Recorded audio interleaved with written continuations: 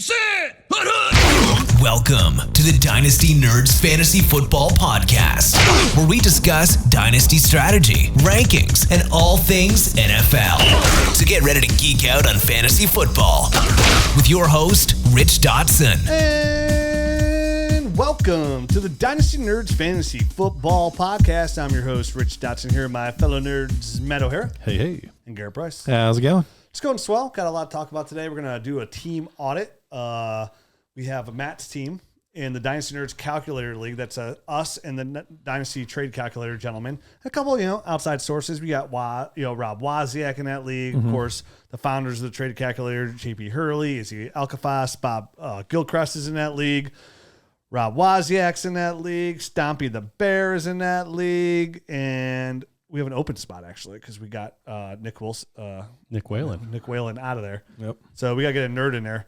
Get him out of here. Nerds, it's myself, us three here, our editor, Nick. Dennis, and David Zach. So we're going to get another nerd in there. Maybe Jared will get in that league. Maybe. So It's on Sleeper. That's the only thing probably holding him back. It's not on Sleeper. Not on Yeah. Sleeper. So we're gonna do Matt's team. We're gonna kind of audit, break it down, maybe talk about our league teams a little bit as well. Break in that it league, Garrett, down. yours, and myself at the end of the show. And then that's it. Then we're going to the Nerd Show. We got a couple of sponsors we want to talk about. And we're getting really close here. So this is like a show just kind of like break down a team and kind of talk about it. Because next week we're going to break down an actual draft. And this is relevant because all the rookies are in this draft. It's a draft I'm currently in. And the difference is I want to try something new because I'm always trying to just try different things. Is for this draft class we're going to talk about next week is it has the 2023 picks in it and the 2024 picks in it. And it's not players. So just to give you a heads up, 1-1 and 1-2 in both classes, both won the second round. Don't give away the That's highlights all of the I'm saying. I'm not telling you show. where they won or who got it, but I'm just telling you off the get-go. Sheesh. People have short memories. They're going to forget in 2 That's weeks. true. So we're going to break down. Excuse me. Wow. Foggy fresh over here. It sounds great in the earbuds. That's all I got to say. So we're going to break that down in both shows next week as we dive into that because we are on the cusp of breaking down the rookies because the following week we are going to dive into our rookie content, starting with the quarterbacks, moving into the running backs, then the tight ends, and then the receivers. So it's going to be after this, we got to get all this fun stuff out of the way because it's just deep diving into rookies. And people are like, where's that info? We like to wait till the NFL Combine starts because we want the Combine stats. There's no point in talking about Bryce Young until we know exactly how short he is. That's a very pessimistic way to phrase that. It very much is. That is a glass half short. That's right. I mean, Take. 40 times, size, medical, that's all important. You don't want to find somebody who has a heel issue and then we're breaking down his tape and it's all relevant. Because can't play. Achilles, you're not getting drafted. So a lot to get into it. If you're new to the show, our rookie content is our bread and butter. No fluff, all business. So I know I can talk a lot. I get a little annoying at times to people, but not during rookie times. This It's is a guy. This is a guy season. I can't help it. It's going to be done. And then summertime, we're going to get some fun stuff. We're going to do our running back show. We're going to bring that back after 2 years. We about will, the yeah. odds of somebody being a running back more than once in historical data going back the last 13 years. I mean, the odds of them being a running back more than once is pretty good. Running back Yeah. one. Excuse me. Running back once. Joe Thomas, the first offensive lineman. Yes. Got some league spots to give away, so it's all pretty exciting. So before we're in that, Garrett, tell us about our friends. Oh, I'm telling you about the friends now? I thought I was doing mid show, but I'll do now. You can do it now if you want. I thought we were rotating through. We're rotating through, and This guy never pays attention to me. In one ear, out the other. So broke, you So can't pay attention. Problem is now the Google Docs is Oh, look loading. at this guy. He's loading his docs. I was like, hey, Garrett, loading. you want to do this FFPC read today? I thought I would do in the middle. I'm the middle read guy. You are the middle read guy. So let me tell you about our friends at FFPC, which launched in 2010. It's the home of the largest high-stakes Dynasty League community in fantasy football with over 1,000 active leagues currently running with new startups forming daily, starting at $77 up to $2,500 entry per team. Various league scoring variations available: best ball, super flex, unique triflex format with large rosters and no kickers or defenses. FFPCs are active year-round, and renewals and trading begin shortly after the fantasy football playoffs wrap up. Not a single FFPC Dynasty League has folded due to their deposit system, a high retention rate, and extremely active orphan process annually. FFPC is a licensed fantasy game operator, so all prizes are protected and paid promptly upon conclusion of the season. FFPC Dynasty Leagues feature frequent trade-in, especially around the rookie drafts and roster cutdowns. So FFPC Leagues are also monitored by dedicated Dynasty commissioners to ensure a safe and level playing field. FFPC Dynasty maiden startups are filling now, featuring slow drafts and allow on-the-clock trades during the draft. Go to myffpc.com. myffpc.com. Look for the Dynasty page to view all their available orphans. And right now, if you use the promo code NERDS, you get $25 off of any league. And that orphan thing I just mentioned, that's really important because all their orphans are available right now. And some of them can be had for a discount. Mm-hmm. If you really just want to jump into a league, feet first, with either high draft capital or a really solid roster, this orphan process is really good. Check it out. Use the promo code NERDS. Save yourself $25 and protect yourself with a team that's never going to fold. There we go. So that's it. Let's get into this league. Now, we mentioned this is an industry league. So these are guys that know what they're doing for the most part. Absolutely. And Matt, if you want to jump into your team as a whole. Yeah, I just figured we'd start with that league a little bit because this is a little bit of a different league, right? True. This one is odd in the fact that there's no taxi squad. So it kind of, there's different values, in my opinion, anyway, on draft picks, especially later draft picks and stuff like that. Superflex tight end premium. Superflex tight end premium. It's point and a half. Is this one, it's half point PPR for everyone else, and then it's a full point for the tight ends. I believe that's correct. And yeah, so and also the draft is not the same either. And this is the league with the disrespect draft. Disrespected. Which basically means like if you come in last place, you don't necessarily have to take your pick. You can pick. It's like the year before, right? Right. Like so we would pick right now on next year's draft. On 2024. Right. And we would say this guy's team sucks. And I had the last place team last year, but I think his team's going to be even worse. So I'm going to take his team. And I'm making moves this year, stuff right. like that. I'm moving up. Right. So it goes kind of in the order. The people that pick first are the worst team, and then it gets the last. And the worst team can't pick his own team. So if you had a 1-1, you could pick your own team next year if you think you're going to suck it. Yeah, you can. I haven't had a chance yet to do that. So I've always had somebody else's pick. I always seem to pick JP's, and he always wins. So it's JP Hurley has won the league back-to-back years. Back-to-back years. My team has been picked. I was picked last this year as the most likely to win the championship. Didn't make the playoffs. Yeah. I've Rob Wozniak, lost in the semis 2 of the 3 years. A lot of heartbreak. I was a runner-up. A lot of heartbreak. Last I think year. you beat. I was runner-up the year before. Yeah. And then this year the wheels kind of fell off for me. Well, had some injuries, and just some old age and kind of some people that didn't really do well. So here's my team. I'll start. At the end of the year, I had Tom Brady at quarterback. I had Colt McCoy. I had Kyler Murray. This was the one I was talking about a couple of weeks ago that I really am in a bad place here with the quarterbacks. And then the running backs, I was kind of always just patching it together week in and week out here with the running backs. So I had Michael Carter, Ty Chandler, James Conner, Deontay Foreman, Antonio Gibson, Ty Johnson, Zonovan Knight, and J.D. McKissick. So Nothing exciting. Nobody there that's like a workhorse back or anything like that. It is literally week in and week out kind of doing matchups and injury fill-ins and all that kind of crap at the running back position. After that, the wide receivers I have are Jamal Agnew, Brandon Ayuk, Calvin Austin, Odell Beckham, who obviously didn't do anything for me last year, DeAndre Carter, T. Higgins, Van Jefferson, Devontae Parker, Amari Rogers, Deebo Samuel, Ben Skarnek, and Mike, my man, Williams, rounds it off. So you have 4 solid receivers in T. Higgins, Deebo Samuel, Mike Williams, and Brandon Ayuk. Right. Yeah. I would say that it's a pretty solid core of wide receivers. I don't necessarily need to go into this offseason thinking I need to upgrade that position. If somebody falls to me, that might be a position I look at.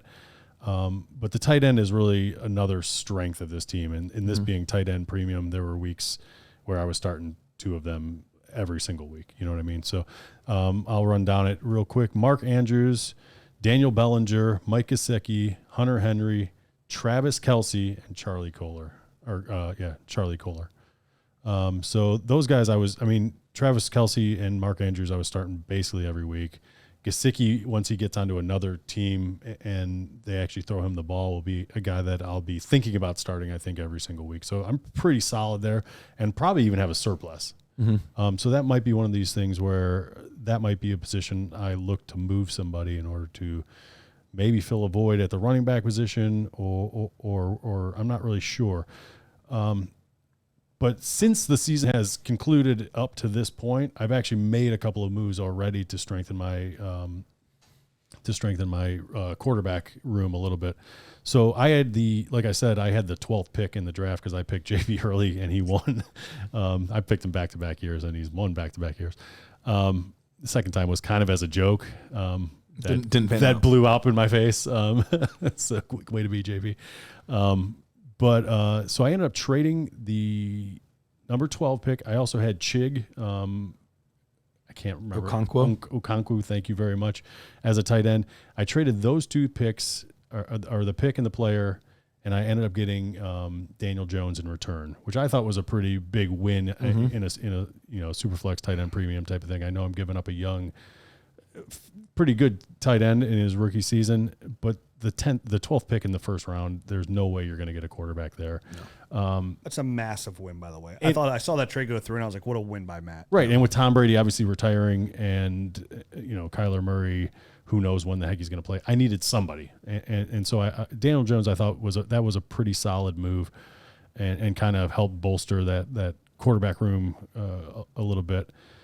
And then this past week, I was getting some. I put Kyler Murray out there as kind of a trade bait because I want to do better my team even more, and it's a guy that just isn't going to help me first half of the season. So I wanted to try to get a good second quarterback, and I put him out on the trade bait. I was getting the same trade twice in a row for the 6th pick overall in the first round, and I wasn't going to bite on that alone. So I ended up, there's somebody else that put something out there on the trade bait, and it was, they had all their first round draft picks, which they had a bunch, 1-3, 1-7, I think 1-11.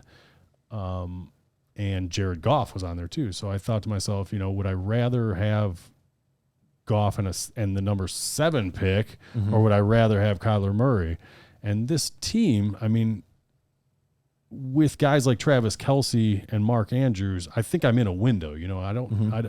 I don't necessarily want to let those guys just kind of fade, or especially Travis Kelce, just fade here into nothingness. I'm either going to have to move him, or I'm going to have to kind of go for it again. Try to win now. So is that what you're doing? You're trying to win now? I think I'm going to go for the win now move. Goff and Daniel Jones, I think, are a good enough combination with the strength of my tight ends there that, and my wide receiver core, that I feel like I'm okay there. And now it's kind of one of these things where I'm going to have to try to start attacking running back.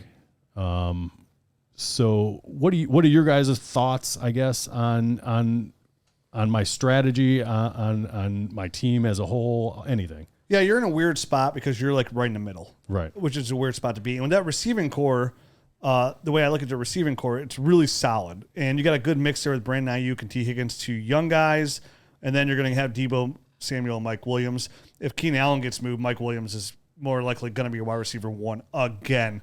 T. Higgins has a chance to be a wide receiver 1 again. Deebo Samuel always has a chance to be a wide receiver 1. Brandon Ayuk, having both those guys, it's kind of hard. So in having 1-7, I think I'm with you. Like, you definitely, it's not even a question. You need a running back. Like, you have James Conner, and that's it. You can't count Antonio Gibson whatsoever, and that's your second best running back. So having 1-7 off the top of my head says, okay, you're going to get a quality running back there, because it's going to go, definitely in this league where quarterbacks go early, Anthony Richardson, Will Levis, CJ Stroud, Bryce Young. Those 4 guys are going to go. Bijan's going to go 1. So that's 5. So you're guaranteed. Then most likely receiver is probably going to go Jackson Smith and Jigba, Quinn Johnson there. And in worst case, it's or Jahmyr Gibbs, most likely. Yeah. I would love to see if there's a way you can move up to from 1-7 to 1-6. If there's any way to go about doing that. I don't know what it would take to move up 1 spot. But at the same time, you might miss out that's what the idea of Gingermere gives, but there's no guarantee because Anthony Richardson's not guaranteed to go in this spot. Right. Absolutely. So I would also look, I'd feel really comfortable at 1-7. Like, can I get a Zach Charbonnet? Let's see if one of these guys gets drafted higher than I think they go, whether it be Evans, if it's, A-Chain, who knows where it's going to go. Kendrick Miller looks like a monster. Your strongest suit is obviously your tight end. So you said Travis Kelce and Mark Andrews. And like, if you had another running back to go with James Conner, your team's in a pretty good spot. Because now all of a sudden your weak spot's probably your quarterback position. Right. And it doesn't matter about Kyler Murray because if you're trying to compete now, then that he does not help you in the beginning of the year, like you mentioned. So, and I love the fact, me personally, that you have Mike Gesicki. I think Mike Gesicki's one of the best buys in Dynasty right now. I said that beginning of the year, the middle of the year, and now it's the end of the year, and I still think Mike Gesicki is one of the best buys in tight end premium. His value's absolutely plummeted overall in Dynasty. So to have Mark Andrews is a nice spot to have because he's your number one with the upside of Gesicki. And with the second round pick, you're probably likely you could draft a tight end if you wanted to later in the draft. So I don't actually have a second in that. I think my next pick is a third, and then I have a fifth and a sixth as well. Well, so regardless of that, I think the definite move here is in my opinion, moving Travis Kelce. And I would love to offset my double 49ers wide receiver set there and either move Debo or Ayuk. Preferably, I'd prefer to move Ayuk, and that's nothing against Ayuk. It's just Debo Samuel's stud. It's funny. In the startups I'm seeing, they're going like almost in the exact same spot. So it's really interesting that how people have changed their views on the receivers in just this one season. And that was the thing. I held on to Ayuk. I got both those guys in the startup, and I got kind of chuckled at, and that was fine. It was a value at the time, and that's why I took him.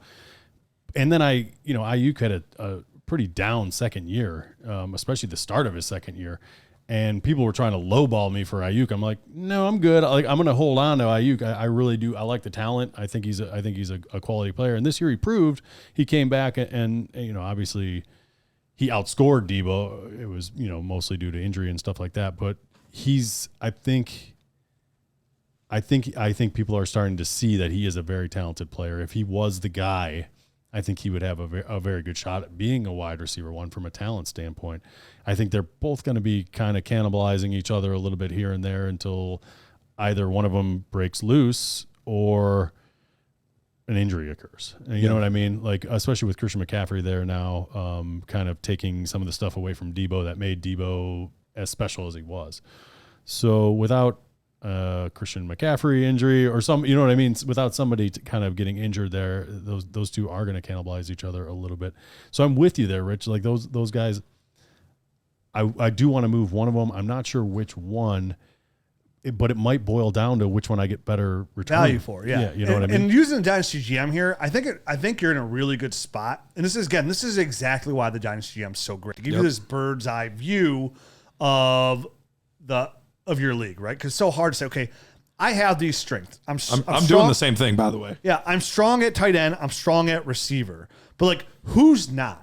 And look at the GM here as an overall view. And I immediately put the GM out of Dynasty mode and put it to contender mode, right? To see who's competing. Because sometimes Dynasty, if you have more draft picks, it's going to bump you up in the GM. So you want to look at contender mode to make sure like who's competing and who needs some veterans. So like Travis Kelce to you is a veteran. That you probably want to move. And maybe you want to move Mark Andrews. I don't know. I would want to move Kelce, but either way. Sure. And you want to move one of those receivers.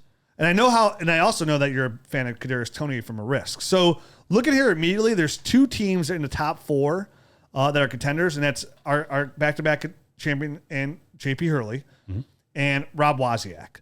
Now, both teams looking at the GM, they're both weak at receiver. They're both super weak at tight end, and they're the two strongest teams at running back. So those are my two targets right out the gate. And to kind of give you an idea of what's going on with these teams, like Rob Wozniak at running back has Derrick Henry, Josh Jacobs, Alvin Kamara, Damian Pierce, Rashad White, and Isaiah Pacheco. But then at tight end, he's got Tyler Higbee and Dallas Goedert. So he's a little thin there. Yeah. Made the playoffs last year, so he's probably like, oh, another.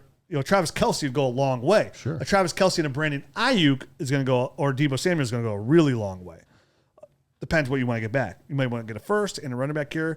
And for Hurley, he has George Kittle at tight end, and that's pretty much it's pretty much just George Kittle. Yeah. And then at receiver, he's got CeeDee Lamb, DK Metcalf, Juju, Tyler Lockett, Corey Davis, and Kadarius Toney. Yeah, he's got some stuff. Yeah. 2 strong guys, but this wide receiver 3 is not. So getting a guy like Travis Kelce to him and the Brandon Ayuk, now you're helping the champion out there. It's going to be a big bonus. So it's like, what can you get back?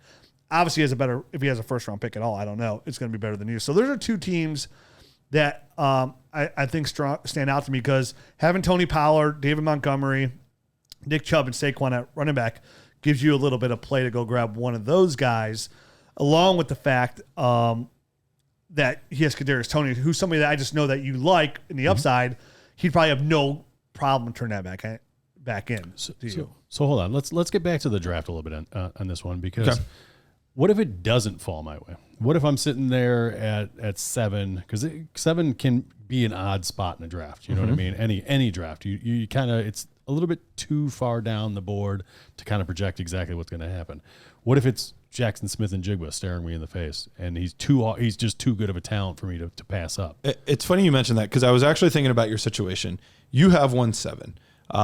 And I'm 100% with Rich looking at those teams that need wide receiver and tight end that are better teams. But I would also be looking at the teams that are not as good and checking out their running back situation because even if, let's say, it's Zach Charbonnet or Tank Bigsby or, one of those guys lands in a good spot, we like it, it's still really tough to project what a second or third round running back is going to do in their first year. Right. Especially if you're a win now team. So there's some other teams.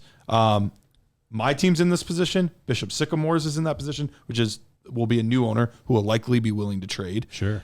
Izzy Alcafas? And Izzy's team. Those 3 teams all have some decent running backs that you might even be able to get 2 running backs that are older, that are 26, 27, 28 years old, but you would just give up 1-7. You would get both those guys or something like that. So that might be a way to real quickly accelerate your team. Obviously, it gives you like a year or 2 window because it's going to be tough that way. Right. And in this league, I have been operating a little bit more win now, like the entire time. And it's a function of not having a taxi squad and not being able to maybe build my team the way I would traditionally build it. And it's this kind of odd, I think, layout or odd rules of this league that has kind of had me thinking differently in this league.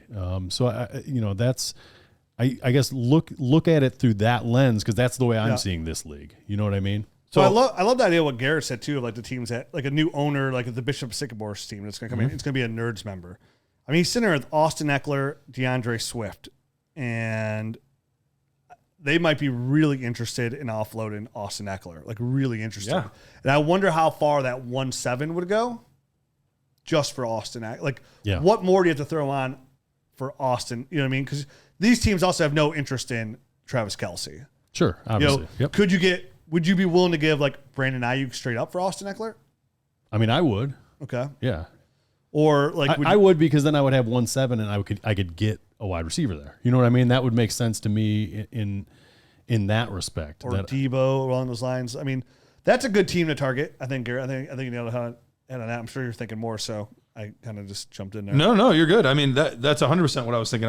Austin Eckler was one of the main targets that I was thinking of. Now, obviously, that would just be a 1-for-1 kind of deal. You're not going to get much more on top of Austin Eckler for just 1-7. But those are the types of teams that I'm looking at, teams that aren't as good, that still have Derrick Henry, that still have Dalvin Cook, that still have, these guys that are a little bit older, but for you will be perfect for this year. So, you guys are in the league with me as well. How do you guys view this league? How do you guys view draft picks? Because me, especially, you're getting 6. It's a 6-round draft. We get 6 new draft picks every single year, and there's no place to put them. You know what I mean? You have to get, obviously I read my whole roster. It's not like I'm stacked all 30 deep or anything like that. There's a couple guys I can cut, but there's not 6 guys I feel comfortable every year cutting.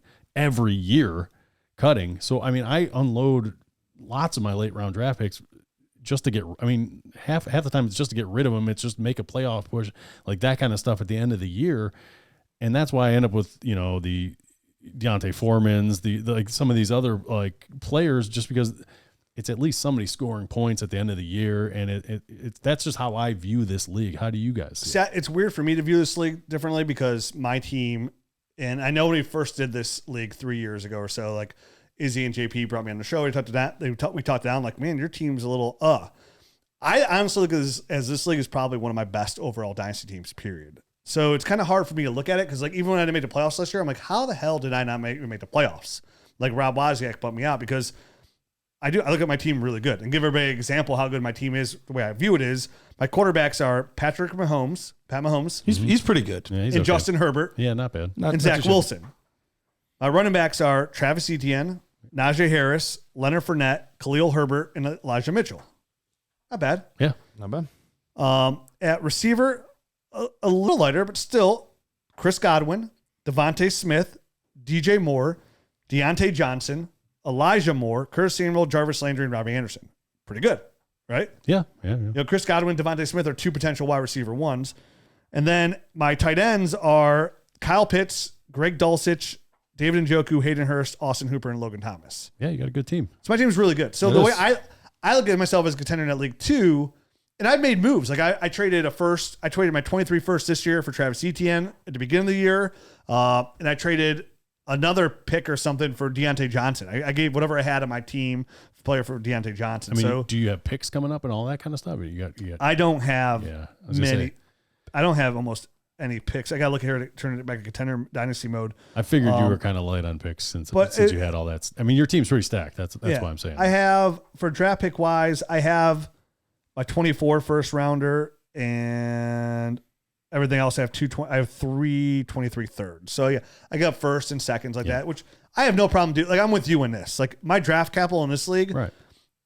It's meaningless to me almost. You know what I mean? Like not meaninless. Like a first still goes a long way, but like a first and a second, kind of like, you know what I mean? After that, there's almost no value to those things. I usually, like this year I'll have a higher pick. I'll have the 6th pick to choose somebody. So it's be a little bit different. I'll value it a little bit more for next year. And the first round draft pick's never my own. So I even look at that differently and try to offload and trade it because I never know what it's going to be.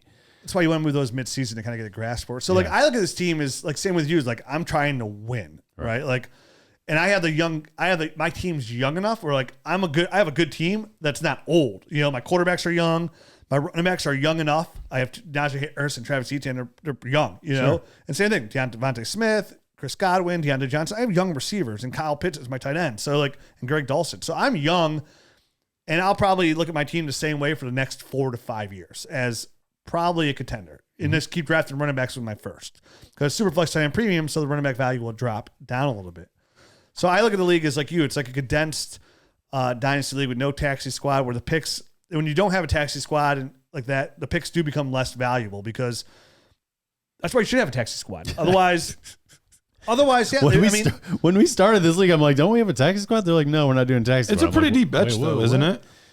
It's 30-man roster, I think. Okay, so not super deep. Yeah, that's not deep enough for me not to have a taxi squad. Because again, if you blow up your team and you're trading for 3 people's draft picks, that's 15 players. It's half your roster. You have to roster. It's just not. It's not feasible, right? Unless you literally go all in on youth. So, my approach to this league is to win it all. Like just keep trying to win it all. And what can I do to constantly maintain to stay on top? Which is fun, which is good. It's just a different kind of fun. You know what I mean? Like it's just a different kind of league. It's a different kind of mentality that you have to have. And my mentality of this league is like having Pat Mahomes and Justin Herbert is okay. At any time that I want to like reload for like a major gain. Oh yeah. I have Justin Herbert or Pat Mahomes to make that gain where I get the young quarterback that I want. Like next year I might be able to get Caleb Williams if I want him. You know what I mean? Or Drake May. I can get a young quarterback plus with the quarterbacks I have. So like I have that secret bullet in my gun as well. I had that James Bond N64 golden gun in my back pocket. So I'm like, pew. Extra pews just to shoot an air to show how good I am. So I view it differently too. I'm kind of with you. Like this is like my team's good and it's a small league. So my attack is just like yours. Yeah. So what if something silly happens and a quarterback comes? I'm gobbling him up though. Right? You know what I mean? Like, I still think you should take value no matter what. Yeah, I'm a firm believer in rookie drafts, no matter what your need is. In a rookie draft, unless they're in the same tier, I'm a firm believer in take the best player available. So let me ask you this. Let's say my boy Levi's drops to me at 7 somehow, some way. do I then like kind of switch up my strategy? Do I get rid of Travis Kelce? Do I get rid of maybe a Mike Williams, start building for the future? Maybe. Because I am like right in the middle. You're in the middle of the road. I feel like we're in the same spot there. My team could go either way. I think what I would do there is like you still take Will Levis and you'd be super pumped because you do have two questionable. I think honestly, if Anthony Richardson's there, I'm taking him too because your two biggest question marks outside of running back are your quarterbacks. You're right. I love Daniel Jones and I feel very confident in Daniel Jones, but Jared Goff is a question mark. Yep. Because we don't know what the Lions are going to do. No, we don't. Right? No. And the Lions might draft Anthony Richardson even. Right. You know what I mean? So that would be even more so pick that pick. So I think actually I would hope if I'm your team, I'm hoping like a quarterback falls to me because you still have Travis Kelce as a trade to go get that running back. Like I said, I mean, you're not going to get Travis Kelce off of Izzy or the new owner for Eckler because he doesn't need him. But you can give him, say Debo or Ayuk, just using these guys as an example, for Eckler, and then you could go trade Kelce for the receiver that you want off of one of these other teams that a contender that need. You know what I mean? You have so many different moves, and Kelsey's such a power piece as well. Like, you're not trying to move like Dallas Goedert, which he's like a stud, but he's a primo for a contender. Kelce, if you're a contender, he has 2 or 3 more years, maybe 1, 2, 3 more years of winning you championships. And that's what he does. He's that big of a differentiator in a normal league.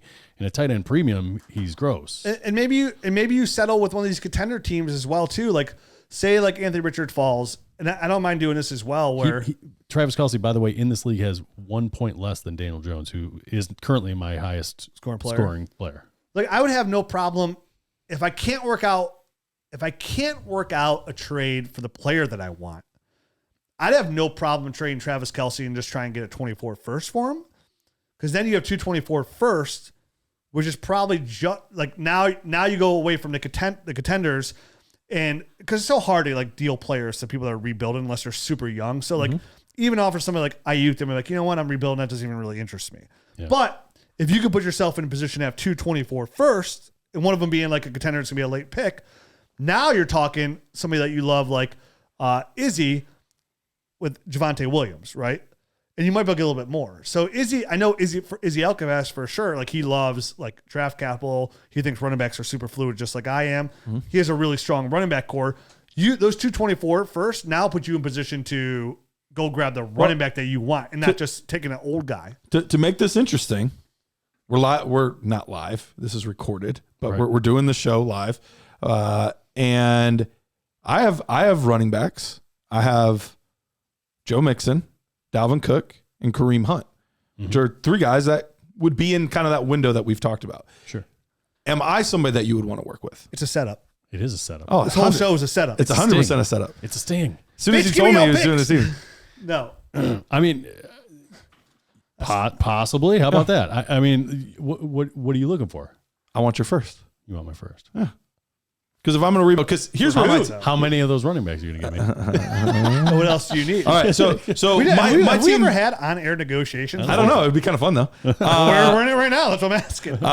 So my team's in a similar spot as yours, Matt. Sure. So really good team the past couple of years. I've been one of the top. I've made it to the semis. I think 2 years in a row, 3 years in a row. So I've been in it, but now my team's kind of at that point where it's like, how much longer can I hold on to this? So my quarterbacks are Aaron Rodgers and Matthew Stafford, guys that have been very good in the past. Sure, who knows what that's going to be like in a year. Right, so who knows? Running backs, I just mentioned it, Dalvin Cook, Joe Mixon, and Kareem Hunt. There's also some other younger guys like Brian Robinson and Zamir White, but those 3 are the main big ones. Wide receiver, Stephon Diggs, Amon-Ra St. Brown, Amari Cooper, and DeAndre Hopkins. So 4 really good receivers that I like, but outside of Amon-Ra, all of those guys are older now. Yep. At this point. And then tight end, Darren Waller. He was awesome a few years ago, but he's getting older and not as productive as he once was. And of course, I have Cole Kmet because I always have Cole Kmet. Because no one else can have him. Yeah, it's not possible. So my team's in a similar spot as yours, where if you were going to zig in a league, right, chances are I'm going to zag because now you're taking away assets from what I would be trying to acquire. If you're going after older guys to help you win now, it's going to make it hard for you to also do this. Also do the same thing and get those same type of players. So I would probably go more towards a rebuild then. What's the Go ahead. look in your face? What's this wry look on your face? If you're interested in going that route, All right. Hey, let's do it. Yeah. Let's do it. oh, I'm not. I'm looking at Matt's. This is for Matt's team, by the way. I might be interested too, just to let you know. Okay. I don't have a lot of needs, obviously, but you know. Obviously. To let you know, I am interested in DeAndre Hopkins possibly. Okay. But for Matt's team, like if you're really making that push, right? Like Garrett's obviously going to decide to make this decision. He'd go younger. So him and I are like, you and I could talk as well. Yeah. But once he makes that decision, I love seeing teams when this happens. When you see a team decide to go younger, you see the trades come through all the time. Like, oh, this guy's trying to go younger. Mm-hmm. I immediately go to their roster and look at all their vets and who can I get? You know what I mean? Because that means there's usually a slight discount on vets. So if I'm looking at his team, Matt, from your lens, like if I owned your team, I'm immediately going, okay, Garrett wants to get younger. He wants my 24 first. That's not a problem. Okay. And you're 23 first. I want them all. 23. I want all the first. You were talking about the 1-7. Yeah, he's talking I about want the all the ones- first. You want all the first. Okay, so say he wants the 1-7. Let's Sure. start there. So the 1-7. Okay, 1-7, and he's offering a running back. And I agree, none of his running backs are like worth 1-7 between Joe Mixon, Dalvin Cook, and Kareem Hunt. A lot of uncertainty there amongst all of them. None of them are guaranteed. Well, Kareem Hunt certainly not on the same team next year, but Dalvin Cook and Joe Mixon might not be as well. Dalvin Cook just had shoulder surgery. Lots of things swirling around Joe Mixon, So including him pulling a gun on somebody, Allegedly. threatening them allegedly on the street. They actually They dropped the charge. they dropped the charges. Yeah. Which I was very thankful for. which means it probably didn't happen. Who knows? Or they got paid off. Who knows? Who cares? None of my business. Right. All I care about is my own bubble. And then talking shit about other things. Aside from that, though, there's monetary things to worry about Yeah, when sure. it comes to Joe Mixon. So- staying on that team. I'm looking at this team. I'm immediately going right to Dalvin Cook, who's short lived. But knowing my quarterback situation, Jared Goff, I would love to swoop in and get Aaron Rodgers from too, because Aaron Rodgers holds a couple year window for him. Not really it doesn't help him whatsoever. Neither is Matt Stafford either for him, but like Aaron Rodgers is the one I want. So I'm like, okay, what can I get for 1-7? Would you be comfortable getting Dalvin Cook and Aaron Rodgers? I don't know that I'd give up Aaron Rodgers and Cook for 1-7. That I'm saying as a base. I'm sorry. Yeah. We're hey, Would I we're feel working on a trade over here. I'm here. I'm a person too. I'd feel comfortable getting that as a return, but like he said, I don't think I could get it. No, but you have to figure out, you'd have to approach him going, okay, I have Brandon Ayuk and Deebo Samuel as well. He's got the older receivers as well to offset that, to get you back in contender mode. So looking here at the receivers as well, so start here. Like, who do you like, Ayuk or Deebo? I like Debo more. So he likes Deebo more. And you said you could care less about which one you went away. So then I'm looking at him like, okay, who can I Well, not substitute? anymore. Now that he knows which one I like more, he's like, well, now I like Debo more. Debo's my favorite. Always has been. Always Like, been my favorite. My offer to you would be, I'd be like, who do you like more? Ayuk or Deebo? I'm just letting you know if this is my team and your offer. My offer to you, I'll give you 1-7 in Deebo Samuel, and I want back Aaron Rodgers, Dalvin Cook, and Amari Cooper. It's not a terrible offer. I don't hate that. You're getting wide receiver one back. I would have been more Older. apt to do it if it was Nuke instead of Cooper. Oh, I bet you would be. Yeah, because Amari still has a 3 or 4 year window, whereas Possibly. Nuke has a 1 or 2 year window. Yeah, with his contract, he's 28, so it's a little hard to kind of predict. Yeah. But probably, Yeah, he's a really good bigger route window runner. than the guy that's about to be 31. Ayuk's, Cooper's 28 And I think Nuke is 30. 30. At this point, he'll probably be turning 31. Yeah, at Nuke's some point. on the old point here. Yeah. So I mean, that's a little much for me to give up Debo. Once I'm giving you Debo, once it gets involved, I expect to get something good back. And to be fair, Oh yeah, Matt wins this trade for now, but this is a trade for you at the same time. This is where it gets weird in dynasties, because so many people are looking for fair value. Right. Fair value. We talk about on the show all the time. It's not about fair value. It's about putting your team in the best position possible. It's okay to lose trades. It's okay to win trades, right? So the way I look at it as win-win is you get Deebo Samuel, who is younger and is another valuable trade piece, right? But Deebo's going to go ahead of Cooper in the long run. Now and I think that slightly offsets the part where you're losing Rodgers and you're losing Cook, but you're talking about players that literally have 2-year window left, probably at the most, right? For sure. 2 years. So for me, if I have to lose that trade, and the biggest gain this whole trade here is going to be the 1-7. If I have to lose that trade with a position to possibly get a young quarterback, and I'm losing 2 years of Rodgers, which again, people are like, well, he's good. He's got 2. I don't care because I can't contend in 2 years once I go this route, right? That means nothing to me. So all I care about is youth, right? Debo's 27 and 1.7. I can, for sure, like you said, I can get Jackson Smith and Jigba there. I can get Quentin Johnson. And hopefully, if I'm you, then we get a Rodgers. Somehow Anthony Richardson falls to me, or Will Levis falls to me, something along those lines. And if you get Anthony Richardson or Will Levis and they hit, you won that trade by a large margin, right? For me, typically when I'm where I'm at on that spectrum, not always. If I'm a rebuild team, I'm always looking to get value. Yeah. If I'm a contending team, I'll lose a little bit of value to get the player I need right now. That's typically where my bend on it goes. That's where it should be. Because usually, but also the problem with that though, Garrett, too, is sometimes it just depends on the time of the year. For sure. Right? Like for sure. You can really get the good value close to the trade deadline, to the playoffs, right? That's where you really get the good value on the picks, on the contender side. It's where you really take advantage of the contender. Like me giving up a late first, which is like it was 111 and then 2-4 for Dalvin Cook and Alexander Madison, right? Like if you say that now, like, oh wow, you overpaid, but I didn't care. I knew I was going to take the loss here because I'm trying to win a championship. You're trying to win a ship. Yep. So that's where it's big. So this time of year with uncertainty, because at the same time, Matt's taking risk. Like if you trade Aaron Rodgers right now, Matt's taking a risk that he's playing next year to get go, right? For sure. There's a risk that there's a risk he does not come back. Do we all expect him to come back for $50 million? Of course, but he's taking all the risks. But Dalvin Cook could get cut. He could very well just say goodbye. He could. Arrivederci. So then you really win the trade. Right. And I understand, like when I understand the thought process. I feel the same way as like when I'm trading, when I'm rebuilding, like I gotta get the value. Yeah, I need value. That's all I'm looking for in rebuilds. But I think the 1.7 is really good value. Now it's risk, but there's no more risk. It's way less risk than taking Aaron Rodgers. For sure. But all picks are always risk. We see this a lot of times as well. The odds of, if Aaron Rodgers does come back, the odds of him being in Green Bay are slim to none. That's why you should go out to trade for Jordan Love, honestly, in Superflex. He's probably worth a first, and you probably get him for less. But Aaron Rodgers most likely is not going back to Green Bay. A lot of rumors are coming out saying Green Bay feels that way and Aaron Rodgers feels that way, and they want to see what they have in Jordan Love.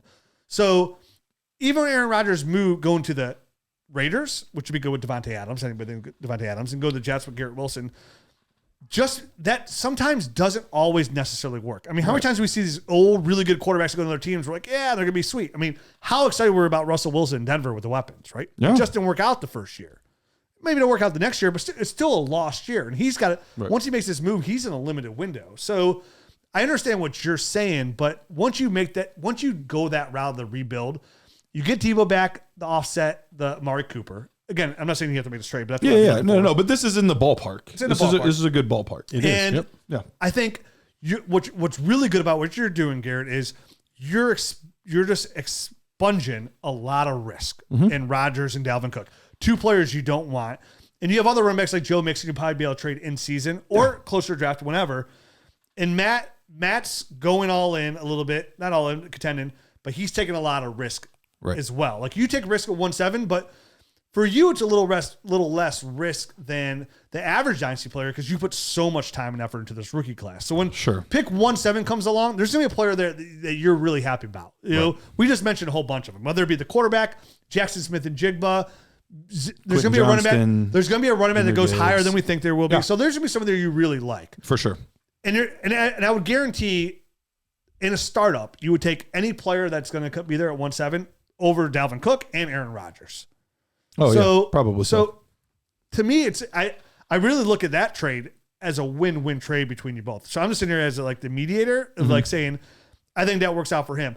I think where you lose is, I think the spot where like would hurt a little bit for the most would be giving up Amari Cooper. Yeah. But again, anytime you do something like where he's giving up like Debo, like you have to lose, like you're not just giving up all this risk. Like you have to give up something of substantial grounds and an asset as well. Like you have to give. Like too many people want to get and not give back. Oh, for sure. Yeah. I've seen some terrible trade offers come through. And it also gives you 1.7, and you also have your own first. They could too, so maybe you can move up a little bit higher. I was going to ask where your other pick was. I think it's 1.5. 1.5. I think it's 1.5. So you can get the quarterback for sure and force the situation. You are 1.5 in the draft. Yep. Or you can do what I did, the same thing in that draft, where like I wanted Zach Wilson. I was wrong, but I wanted Zach Wilson, so I took Kyle Pitts first, knowing I'm pushing other guys back. So if Jahmyr Gibbs was there at 1.5 and you want to get that running back to offset the loss of Dalvin Cook, you probably can get Jahmyr Gibbs at 1.5. Then that pushes the quarterbacks back potentially, or increases the odds of you getting Anthony Richardson at 1.7, almost 100. Obviously, who knows, but way higher. And if not, Will Levis way higher. But then you got the running back you want. So it is nice when you have multiple picks because you can kind of manipulate the board a little bit. And I've done that in this exact same league. So you get a 1.7. If you own 1.7, you're actually increasing the value probably closer to 1.6, 1.5 for the simple fact that you do have 1.5. Yeah. Because then you could take that player and force a player that you really want going back. Kind of what I just did in the startup draft where I want a Mark Andrews at my pick. Mm-hmm. And I was like, I could probably get him a couple more picks later from now if I can manipulate this draft or give somebody else this player. So it actually, you get a 1.7 actually increases the value of 1.7 by simply obtaining it because you have 1.5 as well. And not to make this super confusing and add an extra layer of craziness. But the guy that picks 6th also picks 1st. Ooh. So you might get an indicator of what he wants at 6 what he wants by to do, what he picks at 1 as well. So you can, take your pick at 5 based off what he picked at 1, knowing that he probably wouldn't either go back to back, depending on how his roster looks and all that kind of stuff. It might be an easier pick to kind of project based off of that first pick. Look at that. I'll still take Jahmyr Gibbs at 1.5. But you know what I'm saying? How that it increases the value there. Oh, 100%.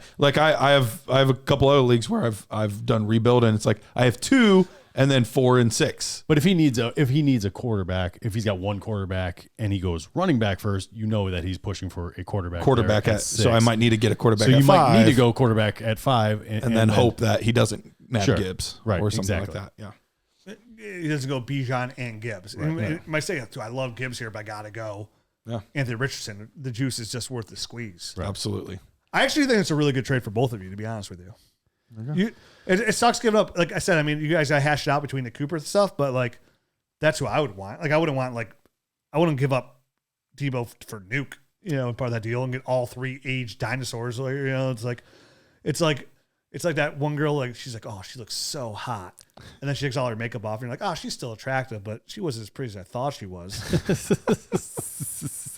And I'm not about any girl. I'm talking about you see those videos of these people on YouTube and they're chicks actually missing teeth and stuff. Yeah. And they're oh my God. And they're 66 and they look 66 and they put on 8 pounds of makeup. And it's literally a mask. And you're like, you tricked me.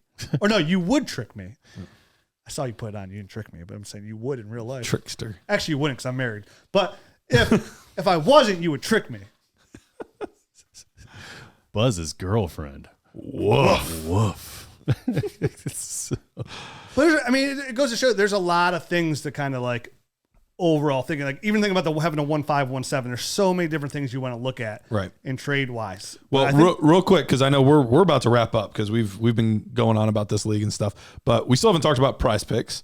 And we got flipped because I was going to do the middle, but early. I should be reading PrizePicks. Late, but anyway, PrizePicks. PrizePicks. We've been talking about them for a while now on the show. Awesome app, awesome site. You can head there right now, put in promo code NERDS, and you will receive a 100% instant deposit match up to $100. So you put in 100, you get 200. You're like, I'm not sure about it yet. I'm only going to put in 20. That's fine. You'll get 20 back as well. But it's the place to do the best player props, the overs, the unders on, look, football's over, but we have the combine coming up. I bet that they'll have some combine stuff on there. If not, NBA, MLB, baseball, pitchers and catchers have reported. And so, there's tons of other sports that you can go on there. So go on there.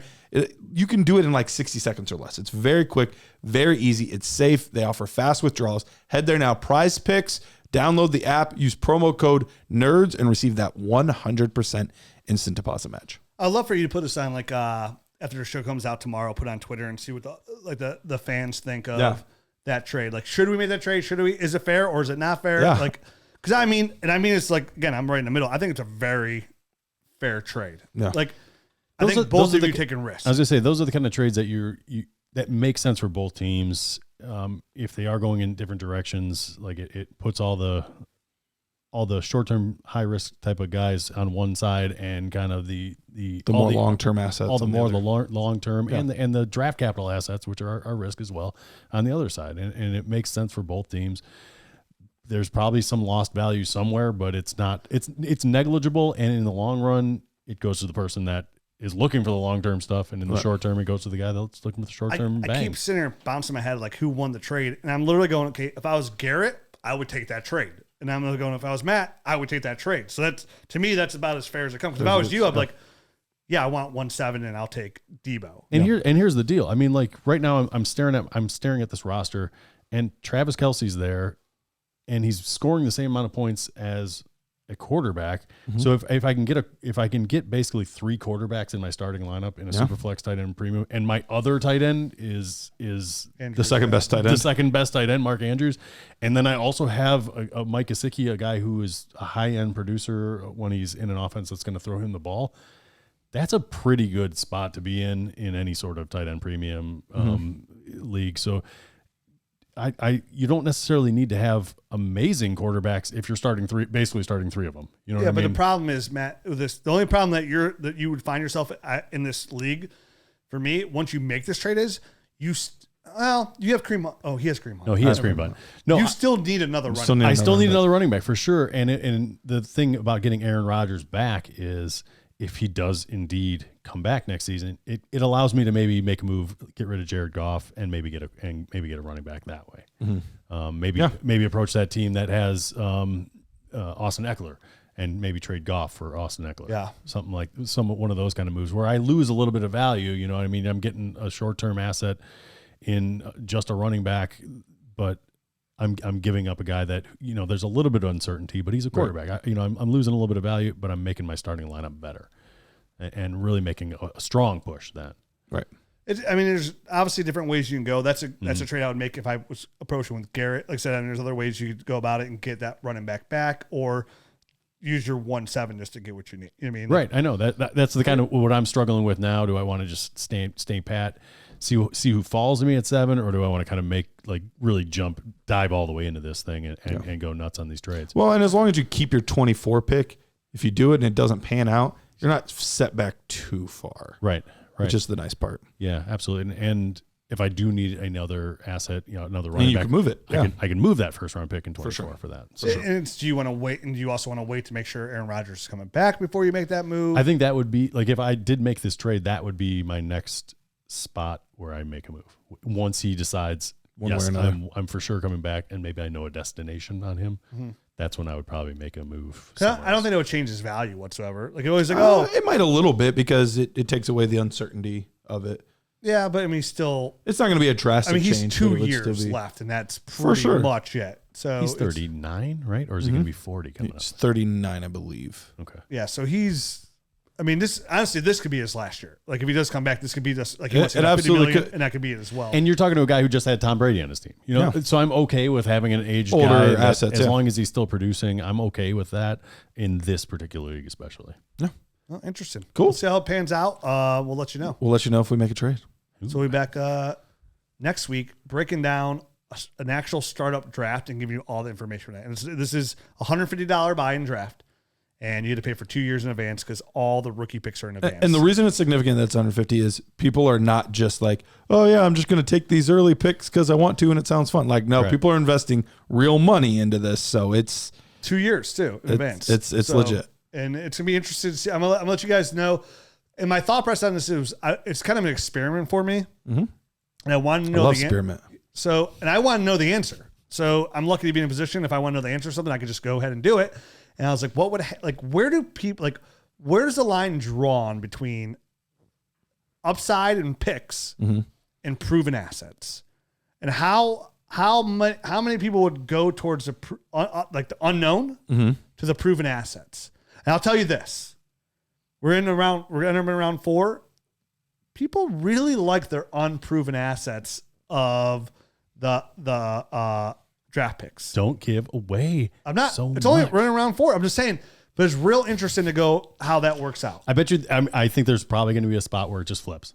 You know what I mean? And people are like, nope, don't care about these picks anymore, and going all because they're all gone. Yep. So but like for somebody like, and I'm a firm believer in is I habitually trade all my picks away for proven players, and and that's how I stay a contender for the most part, because I want the proven players. And yeah, can you get the Justin Jeffersons, the Jamar Chase? Well, not Jamar Chase, he goes too high, but like the Justin Jeffersons, the Ramondre Stevensons with these draft picks. Well, even Jamar Chase went behind Taylor, Clyde Edwards-Helaire in that draft. Dobbins, like he was like pick 4 or 5 in most. He went 1 in a lot, and 2 some. Did he go? Did he ever go above Edwards-Helaire and Jonathan Taylor in that draft? Who? I'm sorry. Jamar Chase.